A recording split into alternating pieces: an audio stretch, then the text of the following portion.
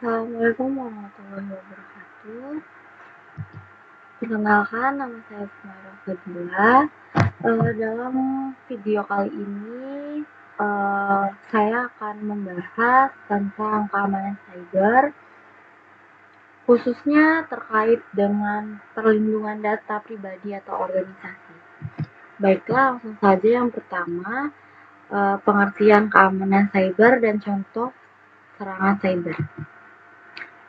Keamanan cyber adalah suatu praktik yang bertujuan melindungi komputer, jaringan aplikasi, perangkat lunak, sistem kritis, dan data dari potensi ancaman digital. Ancaman digital ini melibatkan berbagai serangan termasuk malware, peretasan, serangan denial of service atau DOS, dan ancaman lainnya. Dalam perkembangan keamanan cyber menjadi sebuah bidang yang berkembang pesat seiring dengan kompleksitas yang terus meningkat pada ancaman digital. Oleh karena itu, sangat penting bagi organisasi dan individu untuk selalu memantau dan mengikuti perkembangan terbaru dalam keamanan cyber. Contoh dari serangan cyber, yang pertama ada malware.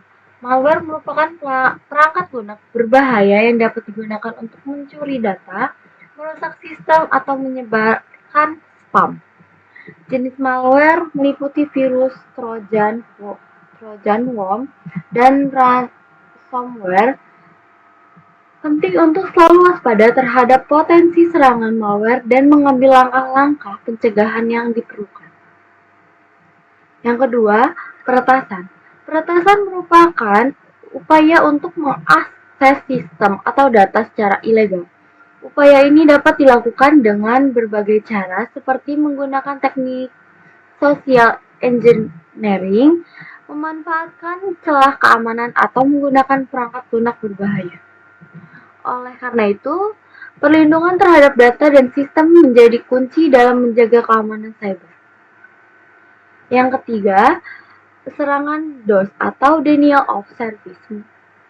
Denial of Service atau DOS merupakan upaya untuk membuat sistem atau layanan tidak dapat digunakan dengan cara mengirimkan sejumlah besar lalu lintas ke sistem atau layanan yang ditargetkan, mengidentifikasi dan mengatasi potensi serangan DOS, menjadi bagian penting dalam strategi keamanan cyber untuk memastikan kesediaan sistem dan layanan.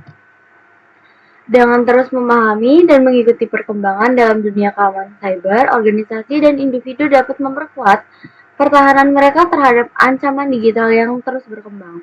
Keamanan cyber bukan hanya menjadi tanggung jawab teknis, tetapi juga memerlukan keterlibatan seluruh komunitas untuk menciptakan lingkungan online yang aman dan terlindungi. Selanjutnya, pengertian data pribadi.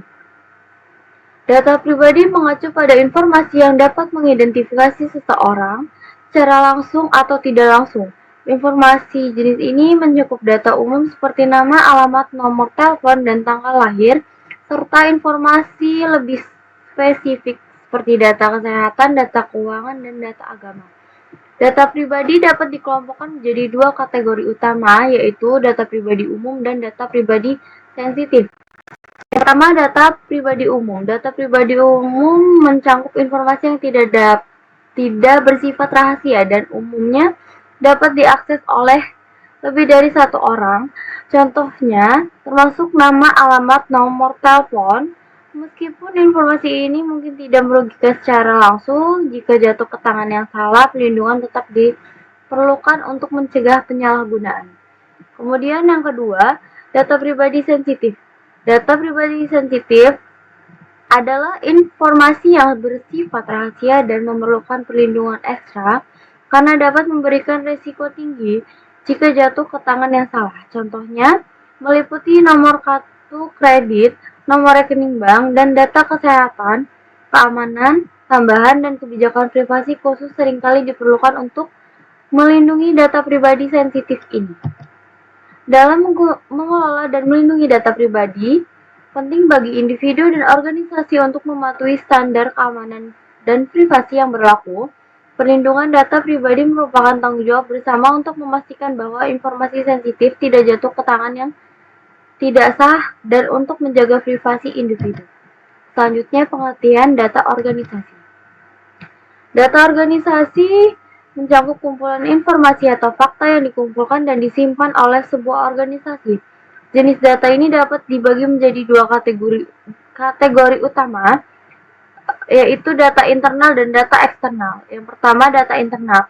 Data internal adalah informasi yang dikumpulkan oleh organisasi dari kegiatan internalnya. Ini melibatkan aspek-aspek seperti data transaksi, data pelanggan, dan data karyawan dan data keuangan. Data internal memberikan gambaran langsung secara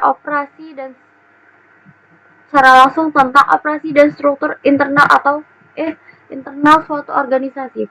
Yang kedua, data eksternal. Data eksternal adalah informasi yang dikumpulkan oleh organisasi dari sumber di luar organisasi. Mencakup data pasar, data pesaing, dan data peraturan pemerintah.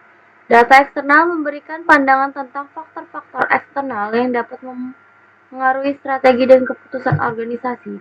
Dalam konteks lebih spesifik, data organisasi dapat diklasifikasikan menjadi dua jenis utama, yaitu data operasional dan data strategis.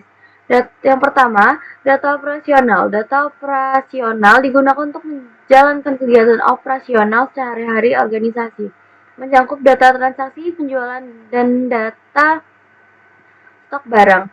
Data operasional memberikan wawasan langsung tentang aktivitas rutin organisasi. Kemudian yang kedua, data strategis. Data strategis digunakan untuk pengambilan keputusan strategis organisasi, mencakup data analisis pasar dan data persaingan. Data strategis membantu organisasi dalam merencanakan langkah-langkah panjang dan mengidentifikasi peluang serta tantangan di lingkungan eksternal. Dengan memahami dan memanfaatkan baik data internal maupun eksternal, organisasi dapat membuat keputusan yang lebih informasional dan berdaya saing, serta dapat meningkatkan efisiensi operasional dan respon terhadap perubahan di sekitarnya. Selanjutnya, jenis serangan cyber. Serangan cyber merujuk pada tindakan yang bertujuan mengganggu, merusak, atau bahkan mengambil alih sistem komputer atau jaringan komputer. Dampak serangan cyber dapat membahayakan data pribadi dan organisasi, baik secara langsung maupun tidak langsung. Beberapa jenis serangan cyber yang dapat mengancam data pribadi dan organisasi meliputi: yang pertama, ada pencurian data. Pencurian data adalah tindakan pengambilan data secara ilegal. Serangan ini dapat terjadi melalui berbagai metode, seperti penggunaan malware, teknik phishing, dan manipulasi melalui social engineering. Tujuan dari serangan ini adalah untuk memperoleh informasi yang bersifat rahasia atau bernilai. Yang kedua, perusakan data.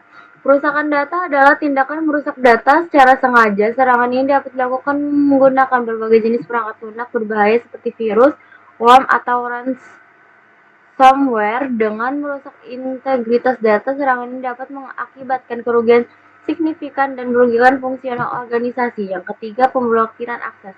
Pemblokiran akses adalah tindakan mencegah akses ke sistem komputer atau jaringan komputer. Serangan ini dapat diimplementasikan melalui metode seperti distributed denial of service atau DDoS dan denial of service atau DOS.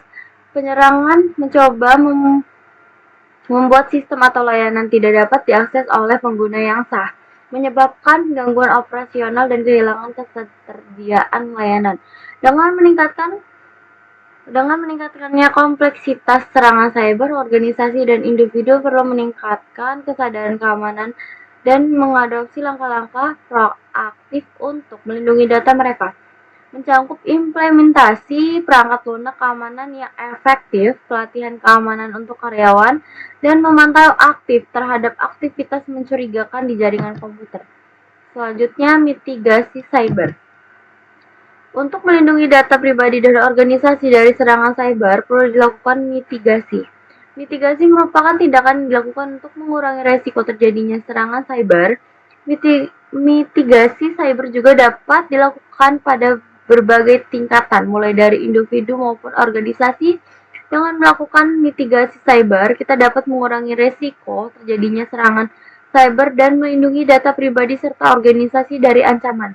Berikut adalah beberapa cara mitigasi yang dapat dilakukan. Pada tingkat individu, mitigasi cyber dapat dilakukan dengan cara yang pertama menggunakan password yang kuat dan unik, yang kedua mengaktifkan autentifikasi dua faktor, yang ketiga menjaga perangkat tetap up to date, yang keempat berhati-hati saat menggunakan wifi publik, yang kelima tidak membuka email atau tautan dari sumber yang tidak dikenal. Kemudian pada tingkat organisasi, mitigasi cyber dapat dilakukan dengan cara yang pertama memiliki kebijakan keamanan yang kuat, yang kedua melakukan pelatihan keamanan bagi karyawan, yang ketiga menggunakan teknologi keamanan yang memadai, yang keempat melakukan pemantauan keamanan secara berkala, yang kelima memiliki rencana pemulihan berencana.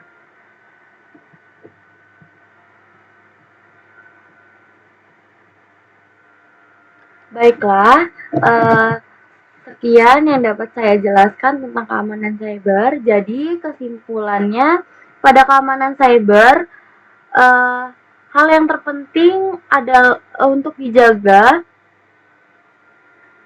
Jadi maksud saya, keamanan cyber ini hal yang sangat penting untuk dijaga baik oleh individu atau organisasi dengan cara memahami jenis serangan cyber dan cara mitigasinya. Kita dapat melindungi data pribadi dan organisasi dari ancaman. Baik, sekian yang dapat saya jelaskan. Kurang dan lebihnya saya mohon maaf.